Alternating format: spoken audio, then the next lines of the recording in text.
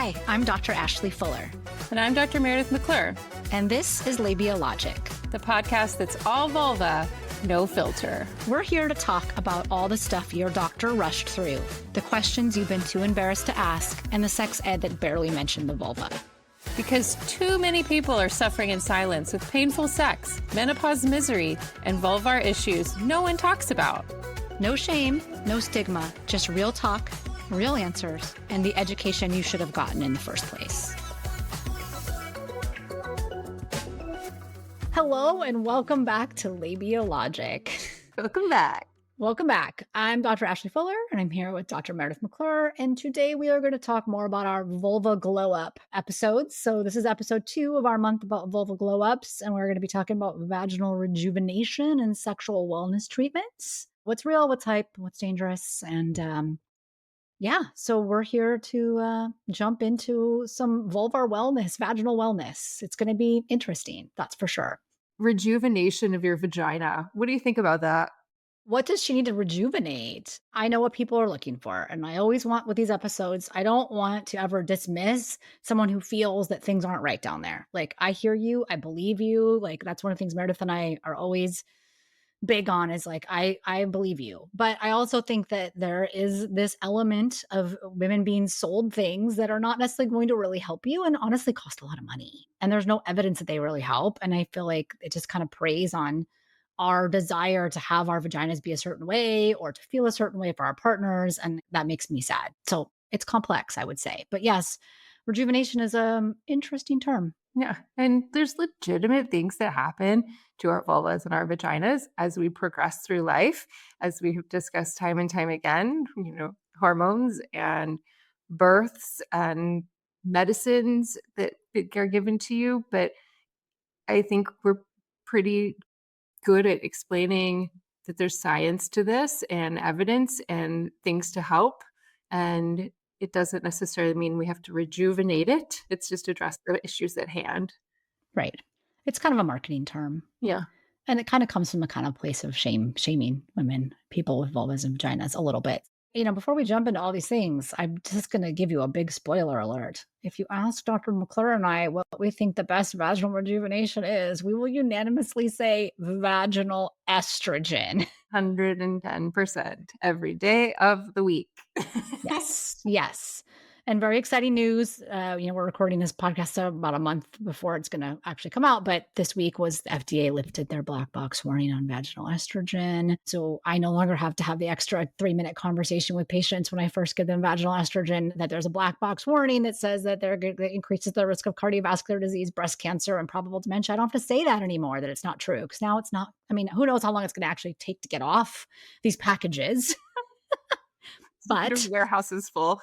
Yeah, exactly. But vaginas don't cause dementia. They just don't. The vaginas do not cause dementia. Never did. No, never did. But now the label says that it does not have that on there anymore. So it's great. All right. Well, so we are going to talk about some of the things that are out there for rejuvenation. And I have to say, I learned some things researching for this episode, some things I had never heard of that may be being marketed to you for this. So let's talk about biologic or regenerative therapies. So we talked in our prior episode about PRP injections and O-shots. So that's a little bit different. And we're not going to talk about that today because we talked about it in our last episode. But one of the first things I've learned about was stem cell amniotic fluid or placental injections into the vagina. I mean, wow. Wow is right. I don't really know what else to say. I don't know where they're acquiring this amniotic fluid and placenta tissue. All I can think of, like in obstetrics, like one of every obstetrician's worst nightmares is like an amniotic fluid embolism, when some of the amniotic fluid gets into the bloodstream and women who just gave birth die. It's like incredibly tragic. And so I hear this and I think, why would you inject that there? Yeah, just all the interactions we've had with amniotic fluid. And just total aside, but there was one time where it went completely over my mask and onto my face and down into my clothes. And the tidal wave, and the dad, the whole room went silent because they all saw it happen. And then the dad screams out, "That was awesome." I'm like, maybe for you. Yeah, I've had the exact same experience actually. And it didn't rejuvenate my face. Yeah, yeah, did you feel rejuvenated? No. Yeah.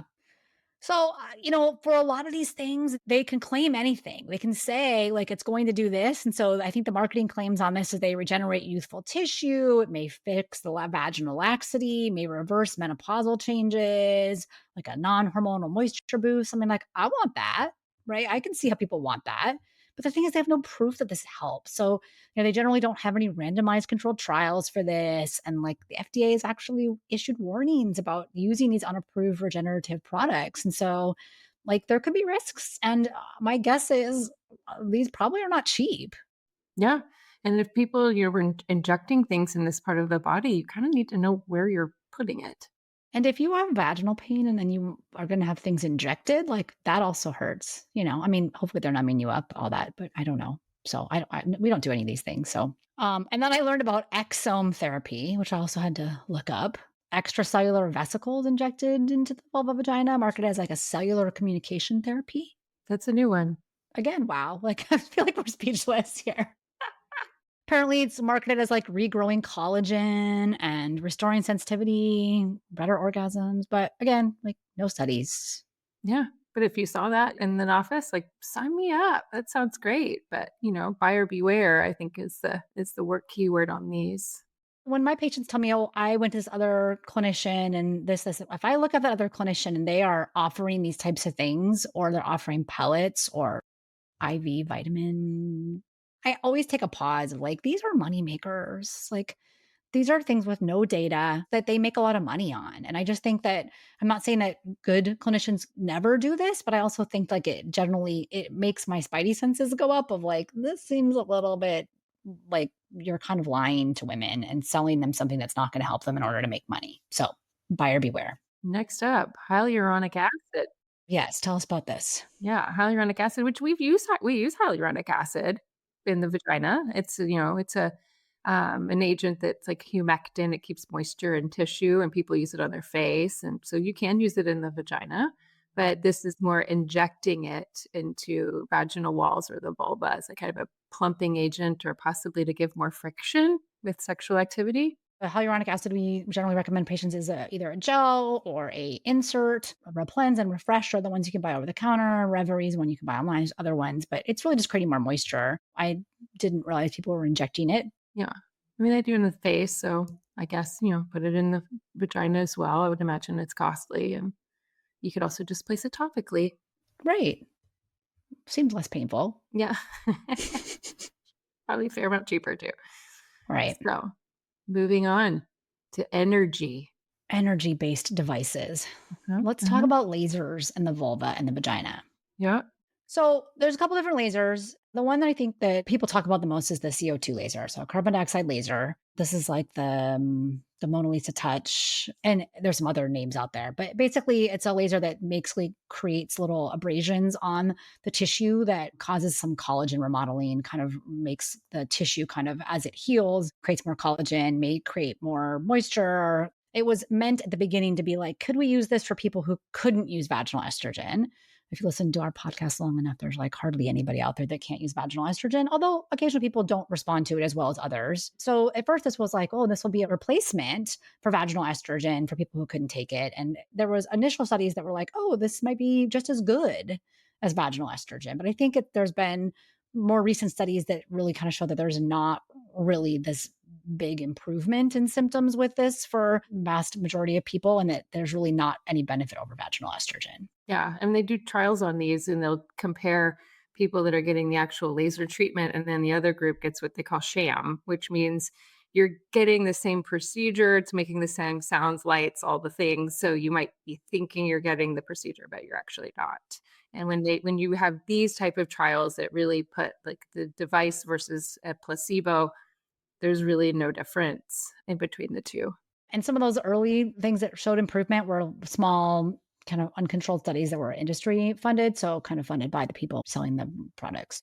One of my old partners did these. I never did them. She felt like sometimes there was improvement. I'm not saying that these things couldn't be helpful. I just think in larger randomized controlled trials that are sham controlled trials, really, we're not seeing a difference in dryness, painful sex, sexual function, things like that. And again, probably expensive and probably almost surely insurance does not cover this. Yeah, and there can be some side effects. I mean, it is a thermal device, so burns, possible scarring. Of course, if it induces pain initially, could it lead to more chronic pain issues? That's a possibility. And you've got to repeat doing them. It's not like you one and done. So there's you have to consider the cost as well. But if it's something that works for you, and it's not harming you, I don't see any problem doing them. There's also radio frequency devices. I know a little bit less about these, but so these are being marketed as helping with tightening and lubrication and sensitivity, and maybe even helping more like stress urinary incontinence type stuff. Similar to the CO2 lasers, there's just really not a lot of data that actually makes a difference when you compare it to sham. My understanding is the CO2 lasers are like a kind of a superficial, and then this is kind of it goes deeper into like fibroblast type of regeneration and that so that's why they kind of will claim the tightening aspect and helping the tissue. So potentially they'll talk about maybe it helps with sexual function. I think they've kind of even looked at it possibly with orgasm and things like that. I saw something interesting there, that like talking about how these tightening agents and possibly giving it to doing it in younger women, and then we kind of naturally veer towards the tightening or narrowing in menopause, and this could potentially cause some problems for them later on. So I thought that was kind Interesting. of interesting. And I think there's a lot of things that we do in medicine, like women get procedures done for their periods at young ages and in their 30s. I mean, you know what I'm talking about, the Sure. endometrial ablation. And I would tell them, like, you haven't even waited yet for the you know what to hit the fan in your 40s. You got to think there's a lot of things still to happen to this part of your body. So I think that's even something to take into consideration when doing this at younger ages, because it's not going to be that same vagina and vulva forever. Right. Hormones and just aging, just that changes things for sure. Another one you may hear about are some of these red light or heat vibration devices, not vibrators. We'll talk about another episode, but like these red light type things like Joylux or VFit or V Sculpt. And so these are like a red light rejuvenation that you would do at home. That you could put in the vagina. It creates some heat and some vibration. Supposed to increase natural moisture, strengthen your pelvic floor, improve orgasm, and rejuvenate in general. Honestly, like if a celebrity is the one that's creating this and promoting it, it's kind of hard, I feel. But, I believe like the Joylux is you have to use it for like 10 minutes. We try to not let your vulva and your vagina rule your world. If it's 2 seconds to put in a little vaginal estrogen 2 times a week versus 2 times a week or every other day of 10 minutes of something in your vagina, let's start weighing your pros and your cons there. I mean, these things, again, they require repetitive use, and it's not a cheap investment. Right. Investing an Yeah. investment of your time, and They're expensive. yeah, and if you got your kids running around, "What are you doing? What are you doing there?" Like Yes, and our time and our attention is expensive also, so, yeah, this is another one that the only study on this was sponsored by the manufacturer, so always take those in consideration that there is some bias, and then they haven't done any independent trials for genital urinary syndrome, menopause, or dryness, or sexual function. Other devices that may be marketed to you, I always see this whenever we go to any conference, these pelvic floor strengthening chairs called the Emsella chair. Yes, it's like a very large throne that you sit on with clothes on for a period of time, repetitive treatments, and it's about, like, 12,000 Kegels in 28 minutes, and I think we've discussed how the majority of us live in Kegels and have tight pelvic floors, and it's not many of us that have weak pelvic floors. So not every pelvic floor is intended to Kegel to alleviate the symptoms. So I think this is also kind of a nuanced thing of knowing why you're leaking, why you might have pain and sexual concerns. And if it's a tightness issue in the pelvic floor, this is probably not the right way to go and costly and could actually worsen it. I mean, you and I both see patients and they'll say, "Oh, I've been doing 100 Kegels a day to fix this." And we're all going, "No, no, no, no, no, no, no, no, no. Reverse that. That is not what you need to be doing. That is why you have these problems."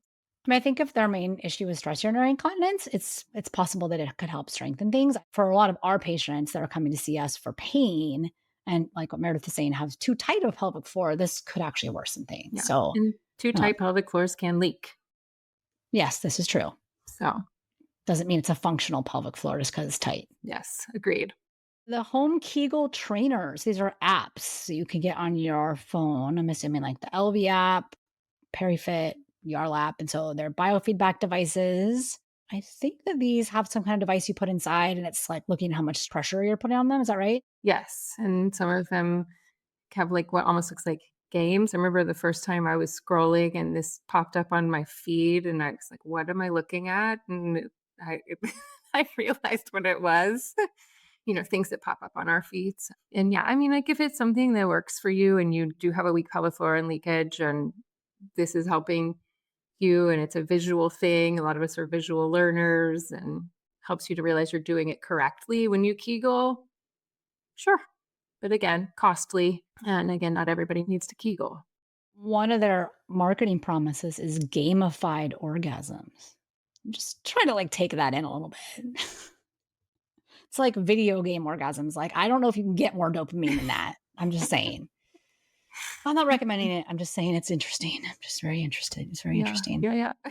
All right. So next, we're really jumping in here. Some of these really interesting ones now. We're gonna talk about like microbiome and detox therapy. So vaginal steaming. I mean, remember when Gwyneth Paltrow like kind of made this a thing? Like you should steam your vagina? Like, Mhm. ouch. Why? Oh, man. Yeah. I mean, and how would that balance your hormones or cleanse your uterus? Yeah, the I just uterus is like not right there. It's like pretty up there.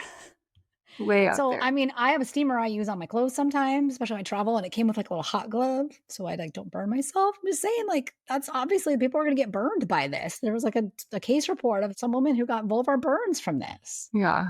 Don't do this. Please don't. Don't do it. It will not reset It will not the reset vagina. things for you. The only thing that can reset your vagina, vaginal estrogen. Vaginal estrogen, All day really, long. for real, for real. Oh, man. And then detox pearls, charcoal pearls, yoni detox traps. I mean, I don't actually even know what some of these things are, which is probably a good thing. So, if you put foreign bodies in your vagina, just know that it could hurt and you could get some abrasions. And then there's always this risk of toxic shock syndrome when there's like bacteria that grow on there that give off some kind of like toxic toxin that can make you actually really sick. Yeah, and what goes in must come out, and if it goes in and it's hard to get out, that can be a serious situation, and you and I both have worked in emergency rooms where we have been the person called to help remove some objects. We'll just leave it at that. Sometimes things get lost in vaginas. Some people put things there purposely. No shame, not at all, but to avoid an embarrassing situation, Yeah. I have this on the list, and I'm going to say like this a little bit different, but probiotics are on this list of like not super evidence based things. It's really interesting because as the microbiology geek that I am, like a lot of these probiotics make a lot of sense. I just think that we don't have a lot of good data to actually support them. And so some of the new probiotics in the market are actually pretty expensive. Some of these vaginal lactobacillus crispatus ones. I'm definitely don't feel like they're as fake, but I agree there's not a lot of great data for them, unfortunately. But they're also not going to rejuvenate your vagina. I will say that. so next up, ozone. So I just heard about this today. This morning, a urogynecologist in my city texted me and she's like, I talk about you a lot to refer patients to you. And I wish patients would just pay the money to see you rather than like go get ozone therapy. And I was like, what the hell is ozone therapy? Like I'd never heard of this. So apparently they put ozone gas in your vagina by insufflation. So they're blowing up your vagina with gas. Let's think of this. Take it in. Yeah, it's really hard to take in. I'm pushing that gas out. It's no, no, no, no. Oh my So there's no trials for this. So they're saying this is gonna kill all vaginal infections, heals chronic BV and yeast, reverses HPV, okay? Rejuvenates the tissue. Detoxifies the reproductive tract. Were there toxins there in the first place? Yeah, so there's no trials. FDA they said there's absolutely no known medical use for inhaled ozone or applied ozone. You actually can have epithelial damage, an oxidative injury. You can get injured, and you can get burns from this also. Apparently, known respiratory toxin as well here. So don't inhale. I think it's worth saying too that I feel like the reason that people seek these things out, we talked about this a little bit at the beginning, is that they have some issue that they feel like they need to change, but also like potentially they've been to their OBGYN or the primary care doctor and mentioned these things and have felt dismissed in their concerns. So they leads them to Google and find these things and then be sold these products or procedures that are expensive and not as helpful. So I always want to come to like, where is the place that this person was seeking this? Where were they coming from on this? And, and here, like that they felt dismissed or that they felt like they couldn't be sexual with their partner because they were embarrassed. Like there's usually a place of like desperation or a place of wanting this to be different that ends up leading to these things. And I see that and I feel that. And I hope that clinicians can at least validate people's concerns when people come to me and they've done some of these procedures, I'm not ridiculing them for doing them. I see where this comes from.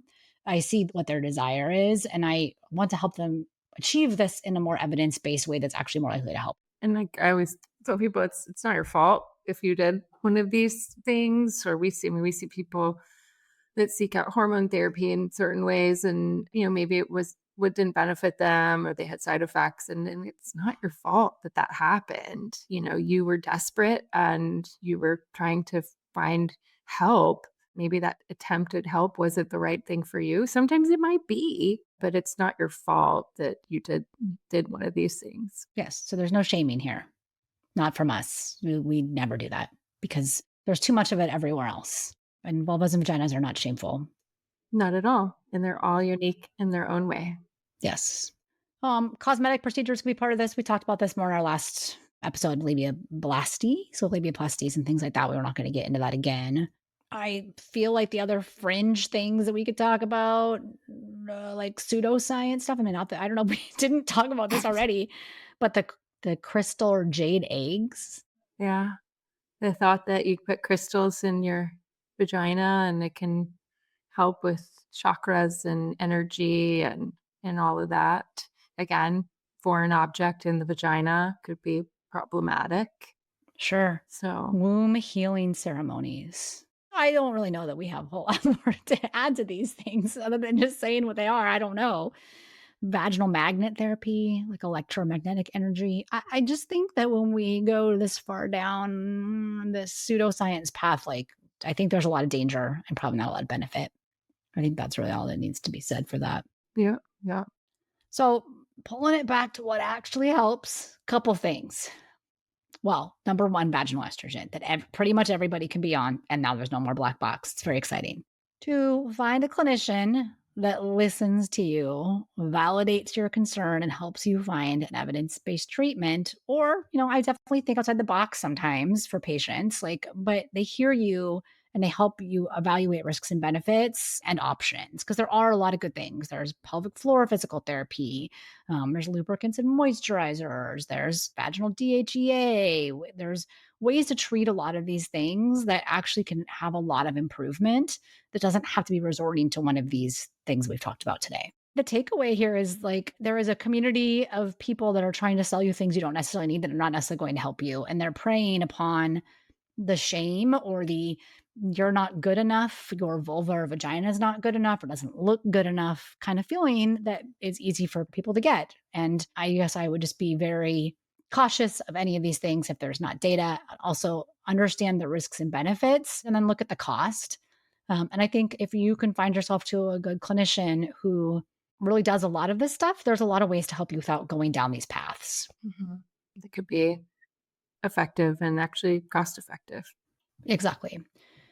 If you are looking for a good clinician that does this kind of stuff, we will put some of our resources in the bio page for the show notes for this episode because I know Ishwish and ISSBD, both their professional societies for sexual health and vulvar disease, they have some good directories of clinicians that work in this space and are happy to try to help you. And I get probably emails a couple times a week asking, do you know anybody in this area of the country, like, Wisconsin, Colorado, wherever, trying to find a clinician. And I'm always happy to try to give resources to help patients because I do think there's really good clinicians out there that can help a lot of people with these things. You have to just find your way to them. Absolutely. All right. This is the end of December. So I'm just going to give a preview for January. We are going to talk about orgasm in January, and we're going to call it, Oh My God, It's January. That's what it is. Oh my God, it's January. So be excited about that. Because we're talking about the pathophysiology of orgasm and then all the problems that can go wrong with orgasm. And so Yeah. it's going to be really interesting because, Hmm. as an OB/GYN, you know how many people taught me about orgasm in residency? Oh, like None. zero. Oh. Like zero. Oh, zero. Yes. None. So definitely it's gonna be exciting to talk about because orgasm's not always easy. And when there's a problem, it's not always easy to figure out where the problem is or what to do about it. So it's going to be a great Yes. episode. Agree. Yeah. Thank you for being here on Labia Logic. Mhm. We always like bringing you information about labias and vulvas and vaginas and your sex life. So Yeah. thanks for joining us.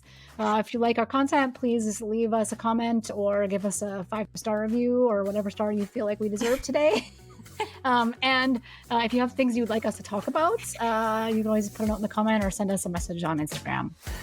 Thanks for joining us for this episode of Labia Logic. We get it. Sharing a podcast like this might feel a little taboo, but we're here to break down those barriers. Labia Logic's all about empowerment, not embarrassment. If you found this episode helpful, we hope you share it with others who could use a little Labia Logic in their lives. Can't we all? You can find us on all major podcast platforms and connect with us on Instagram at labia_logic. From our lips to yours, Viva la vulva!